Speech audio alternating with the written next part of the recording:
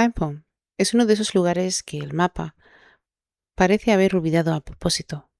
Un valle diminuto, en el condado de Trinity, al norte de California, rodeado de montañas que en agosto arden de calor seco y en invierno se cierran sobre sí mismas con la niebla y la lluvia. Menos de 200 personas viven allí. Hay una escuela, una tienda, un puñado de caminos de tierra que se pierden entre los robles y los pinos. Es el tipo de lugar donde todos se conocen, donde la ausencia se nota el mismo día y donde, sin embargo, un misterio puede permanecer sin resolverse durante generaciones enteras. En 1987, en ese silencio geográfico, una maestra desapareció sin dejar más rastro que su bolso sobre la mesa de la cocina. Se llamaba Kay Josephine Medin, y este es el relato verificado hasta donde la evidencia documentada lo permite, de cómo un condado vecino recibió por correo, en un sobre anónimo, la primera pista de lo que habría ocurrido, y de cómo hicieron falta 38 años, 2 jurisdicciones distintas y una tecnología que en 1967 nadie siquiera podría imaginar que existiera para que alguien pudiera por fin decir su nombre completo sobre unos restos. Antes de continuar, quiero darles una aclaración necesaria sobre este caso. ¿Okay? Este caso permanece oficialmente abierto. No hay hasta la fecha de esta producción ningún sospechoso formalmente señalado por las autoridades. Todo lo que se relata a continuación proviene de los comunicados oficiales de la oficina del sheriff del condado de Humboldt, reportes periodísticos verificados y declaraciones directas del investigador a cargo del caso, donde la evidencia no permite afirmar algo con certeza, pues este documento lo dirá explícitamente. Pensemos por un momento en lo que significa una desaparición en un lugar así. Esto no es como desaparecer en una gran ciudad, donde el anonimato puede paradójicamente ayudar a alguien que se pierde entre miles de rostros desconocidos. En Haiphong, la ausencia de una persona se nota de inmediato. Se nota en la escuela, en la tienda, en el silencio de una casa que de pronto deja de tener movimiento. Y sin embargo, a pesar de esa visibilidad social casi total, el misterio que le ocurrió a Kay Medin logró sobrevivir intacto durante 38 años. Bienvenidos a la mente del abismo.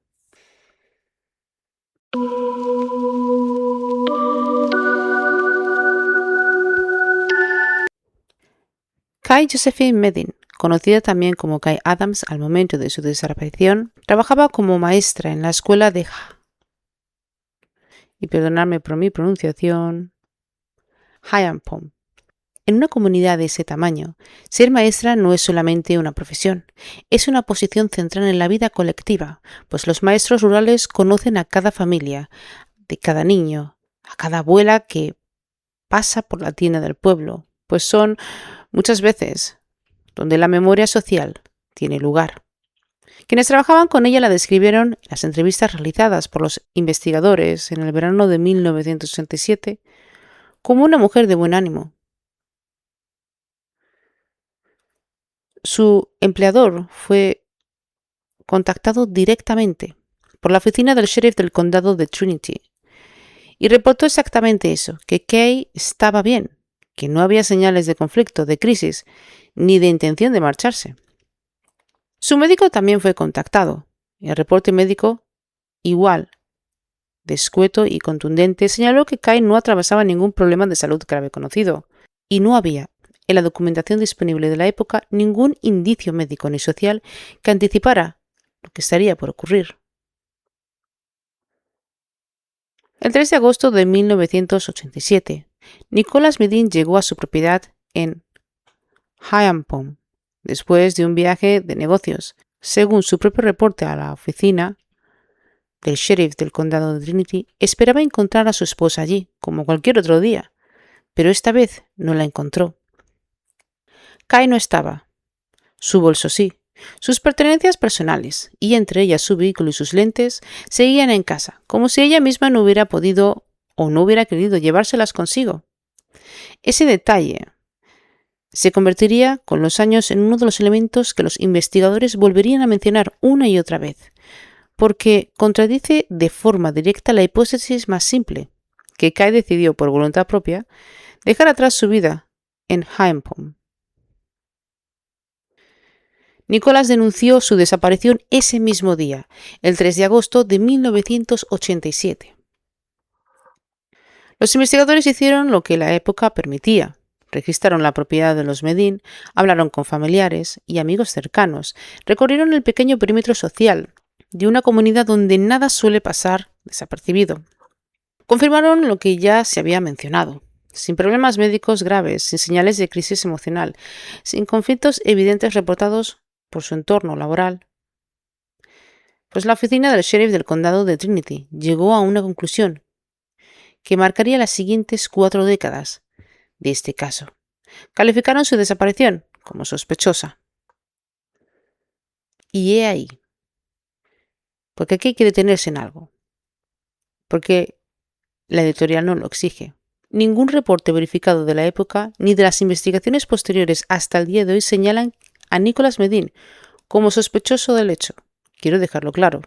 Los reportes periodísticos públicos después de la identificación de mayo del 2025, específicamente uno del medio de SF Gate, indica de forma explícita que Nicholas no fue considerado sospechoso en la investigación, pues Nicholas Medin murió en agosto del 2018 sin llegar a haber resuelto, ni siquiera parcialmente, el misterio de su esposa. 3 meses después de la desaparición, el 25 de noviembre de 1987, ocurrió algo que ningún manual de investigación criminal de la época sabía cómo procesar del todo bien. La oficina del sheriff del condado de Humboldt, un condado distinto, vecino, donde nadie había presentado ninguna denuncia relacionada con Kay Medin, recibió por correo postal un paquete anónimo. Dentro habían restos óseos humanos y una carta escrita a máquina, sin firmar, que daba indicaciones precisas para llegar a un punto específico cerca de Ammon Ridge Road, en el este del condado de Humboldt, a decenas de millas de distancia de la casa de los Medin en Haimpom. Los detectives siguieron esas indicaciones y las encontraron exactas. En el lugar señalado por un desconocido hallaron más restos humanos, aunque no un cuerpo completo. Deténganse ahora por un momento en esto, porque es el corazón perturbador de todo este caso. Pues alguien sabía, y con precisión geográfica, exactamente dónde estaba una parte del cuerpo de Kay Medin. Alguien tuvo acceso a esos restos.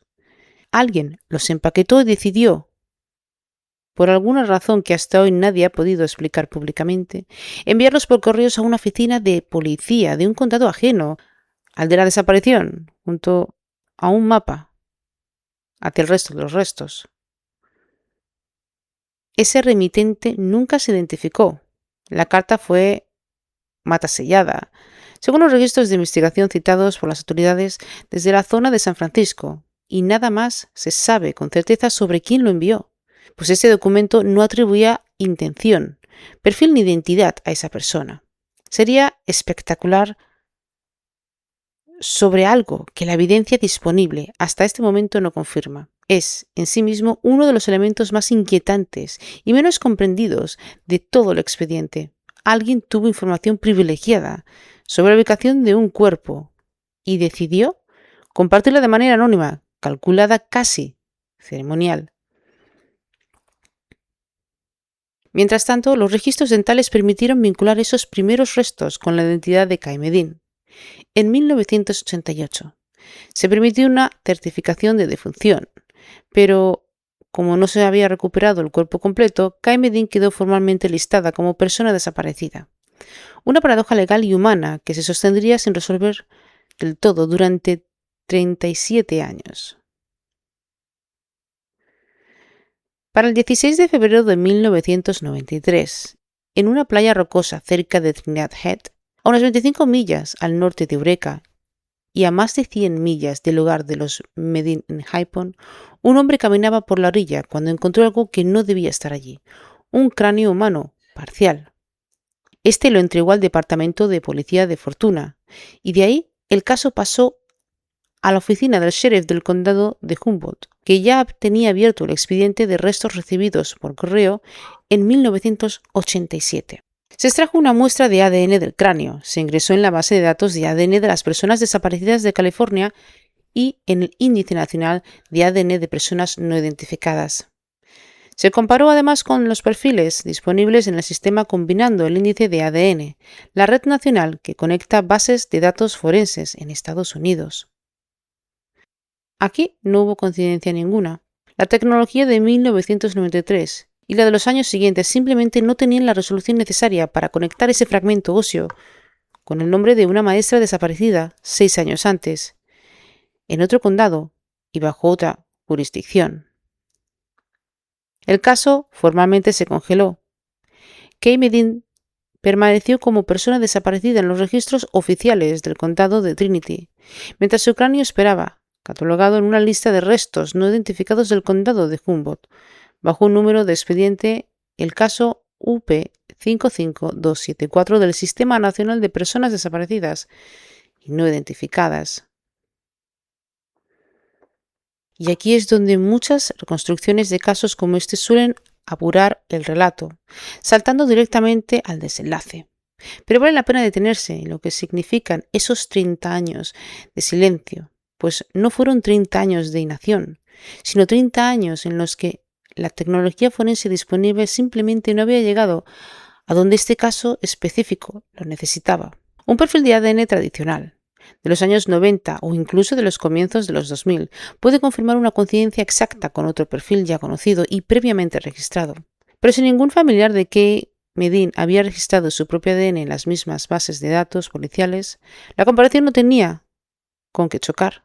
El cráneo hallado en Trinidad Head y el nombre de Kay Medin durmieron literalmente en los sistemas paralelos que nunca llegaron a cruzarse. Y esto no fue por una negligencia de ninguna investigación en particular, sino por los límites técnicos reales de una frontera forense en aquella época.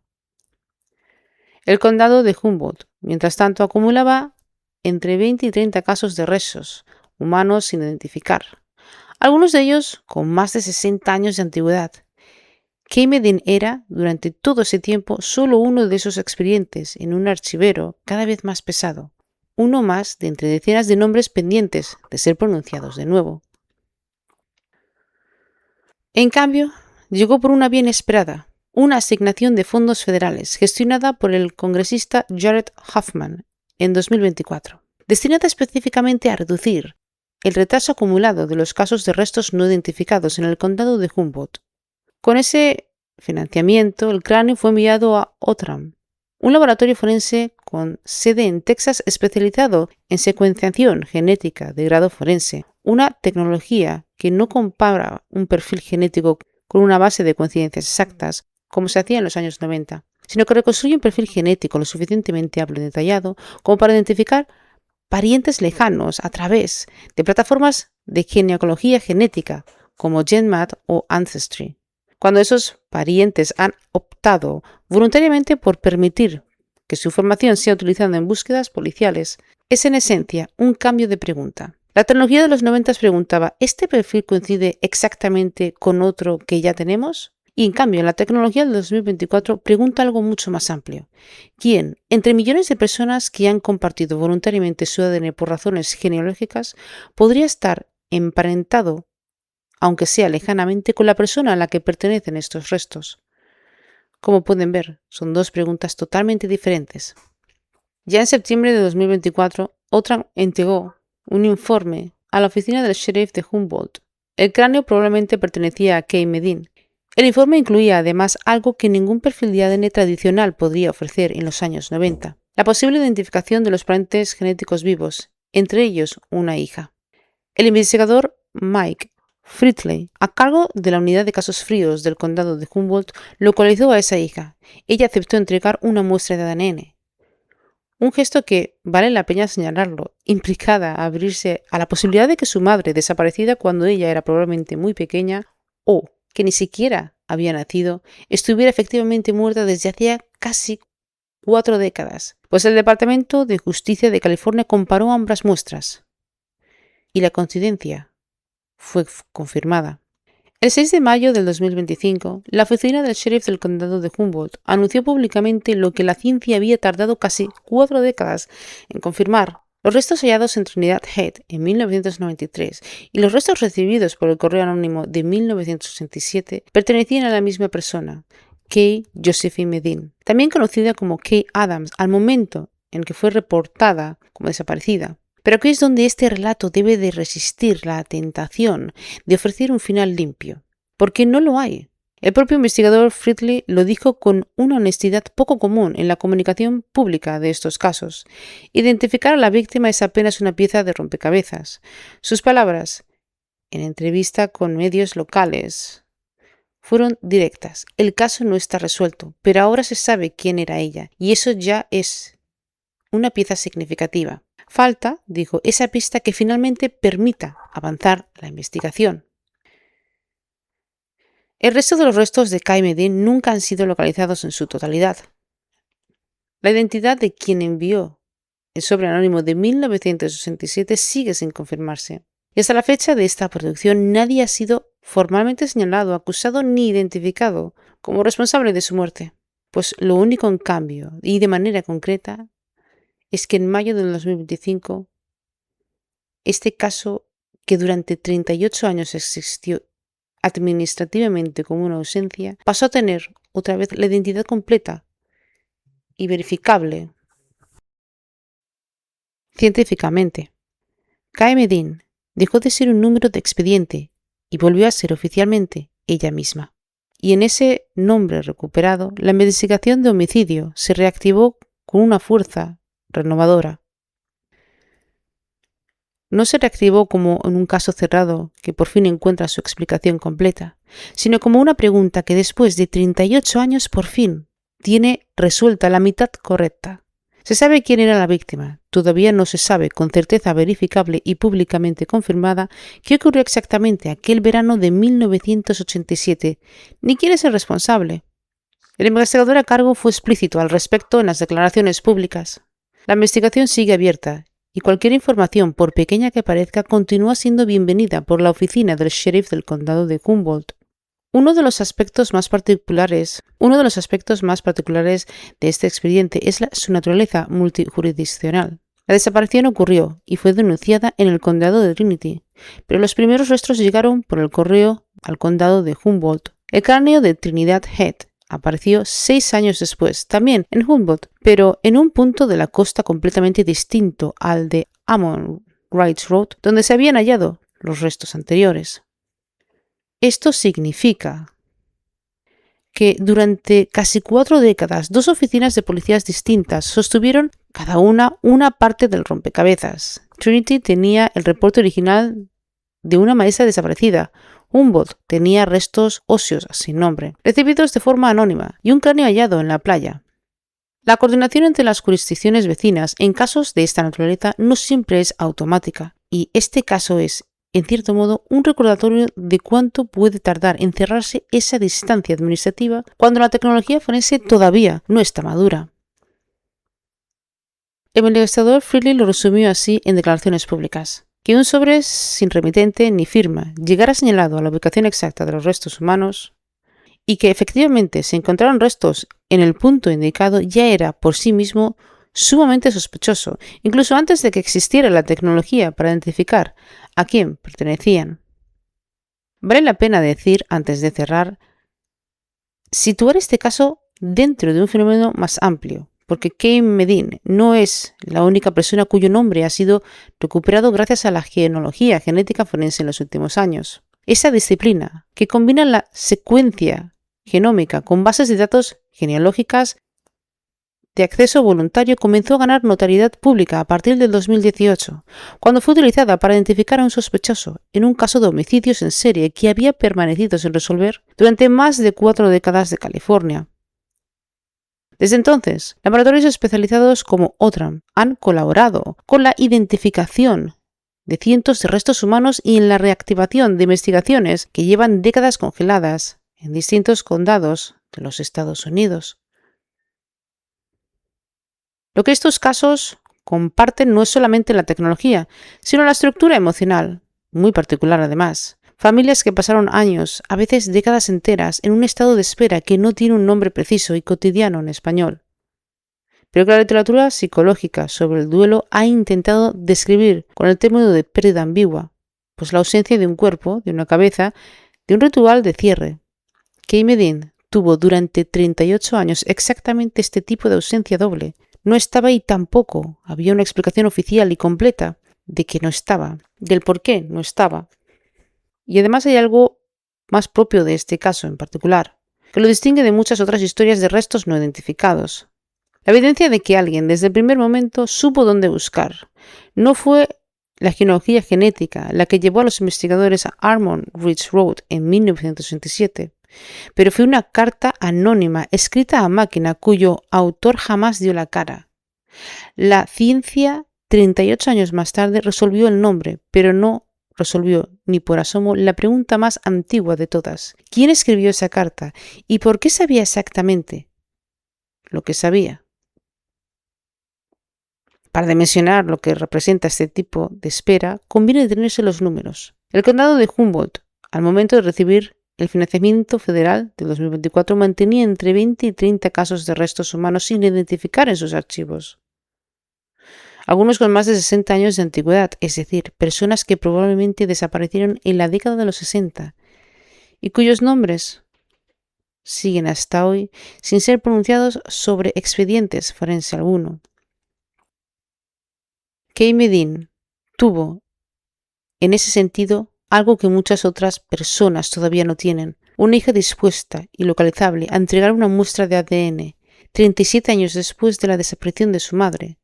La ginecología genética forense depende, en la última instancia, de que exista al menos un pariente vivo que haya decidido en algún momento compartir voluntariamente su información genética en una plataforma como la de GetMatch o Ancestry, o que acepte hacerlo cuando un investigador lo contacta. Sin ese eslabón humano, ni la mejor tecnología del mundo tiene con qué comparar un perfil genético recuperado de un fragmento de hueso. Sabemos, por declaraciones oficiales, muy poco sobre la hija de Kay Medin, y esa escasez de información es en sí misma algo que este documento debe respetar. No es disponible de su nombre público.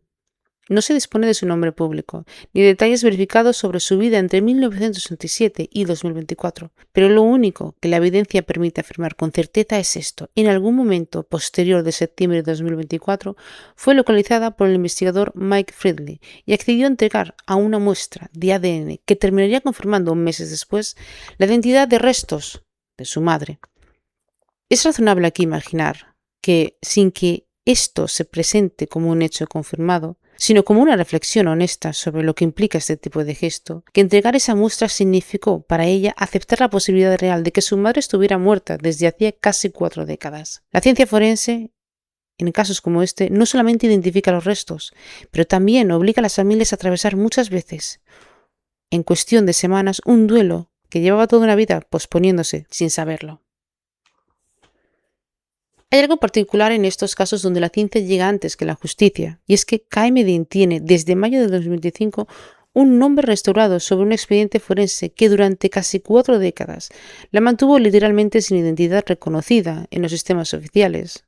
Lo que no tiene todavía es una respuesta completa. Su hija, que en algún momento de 2024 entregó a una muestra de saliva sin saberlo con certeza que estaba a punto de confirmarlo, ahora puede saber algo que probablemente no supo con claridad durante toda su vida: que su madre no se fue por voluntad propia, que alguien, en algún punto de aquel verano de Haimpom, decidió que Kay Josephine Medin no volvería a casa. Este caso permanece abierto y todavía se anima a que haya personas que, si están viviendo tanto en Humboldt como en Trinity, tengan algún tipo de información relacionada con la desaparición sospechosa de Kay Josephine Medin o Kay Adams, realmente pueden ir a las oficinas de la policía y comentarles. Vale la pena también resistir la tentación de convertir este caso en una narrativa ordenada, con un villano claro y un desenlace satisfactorio, porque la realidad documentada es más incómoda que esto. Hay un cuerpo parcialmente recuperado. Hay una carta anónima cuyo autor o autora no dio la cara. Hay un sospechoso o sospechosa que murió sin ser sospechoso formal, pero que también, sin ver resuelto el misterio que definió el resto de su vida. Hay una hija que 37 años después tuvo que aceptar en cuestión de meses lo que tal vez en el fondo ya sospechaba desde siempre. Y por supuesto, hay una comunidad entera en un valle remoto del norte de California que durante 4 décadas convivió con una pregunta sin respuesta. Cada vez que pasaba frente a la escuela donde Kai daba clases. Y ese quizás es el aprendizaje más honesto que este caso puede ofrecer. Que la tecnología forense moderna es extraordinariamente poderosa para responder la pregunta de quién, pero sigue dependiendo, como siempre, ha dependido la justicia de la voluntad humana para responder a la pregunta del por qué. Un laboratorio en Texas pudo reconstruir un perfil genético a partir de un fragmento de hueso encontrado en una playa, pero ningún laboratorio, hasta la fecha de hoy, ha podido reconstruir la intención de quien escribió una carta anónima hace 38 años, ni identificar la mano que decidió que Kai Josephine Medin no volviera a casa aquel agosto de 1987. A veces, resolver un caso no significa cerrarlo del todo. A veces solo significa, y después de 38 años, poder por fin pronunciar correctamente el nombre de quien lo protagonizó y de devolverle, aunque sea parcialmente, el derecho de ser buscada por lo que realmente ocurrió y no solamente recordada como una ausencia. Hasta aquí llegamos con el caso de hoy. Como siempre les digo, cuídense, ámense y respétense incondicionalmente. Recuerden que ofrezco sesiones de coaching individual o grupales. Les dejaré el link en la descripción. Decidme qué os ha parecido este caso. Y sobre todo, cuidaros mucho y espero que estéis bien donde estéis. Buenos días, tardes o noches, allá donde me estén escuchando. Gracias.